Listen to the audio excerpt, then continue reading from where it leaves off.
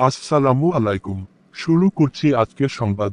আমি মোহাম্মদ বাতেন আলী। জয় বাংলা 1971 সালে যারা বাংলাদেশের স্বাধীনতার বিপক্ষে ছিল, তারা তখনও স্বাধীনতা সংগ্রামীদের বিরুদ্ধে অবস্থান নিয়েছিল।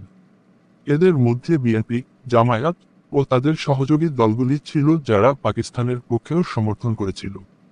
সেই সময়ে তারা বাংলাদেশের মুক্তিযুদ্ধে অংশগ্রহণকারী জনগণের বিরুদ্ধে ছিল এবং মুক্তিযুদ্ধের বিরোধিতা করেছিল। তবে স্বাধীনতার পর থেকে দেশের রাজনীতিতে এই দলগুলি বিভিন্ন সময়ে ক্ষমতায় এসেছে এবং তাদের অবস্থান পরিবর্তন ঘটিয়েছে।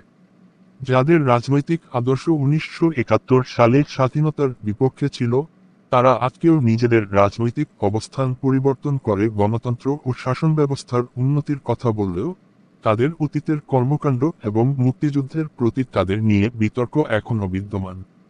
এটি এক ধরনের রাজনৈতিক দ্বিচারিতা বলে বিবেচনা করা হতে পারে। আজ যারা ঐক্যবদ্ধ হওয়ার কথা বলছে, তাদের উচিত মুক্তিযুদ্ধের চেতনা ও ইতিহাসকে সঠিকভাবে সম্মান করা এবং দেশের উন্নয়নে অবদান রাখা, যাতে নতুন প্রজন্ম একটি শান্তিপূর্ণ, সমৃদ্ধ এবং সঠিক মূল্যবোধে বিশ্বাসী সমাজ গড়ে তুলতে পারে।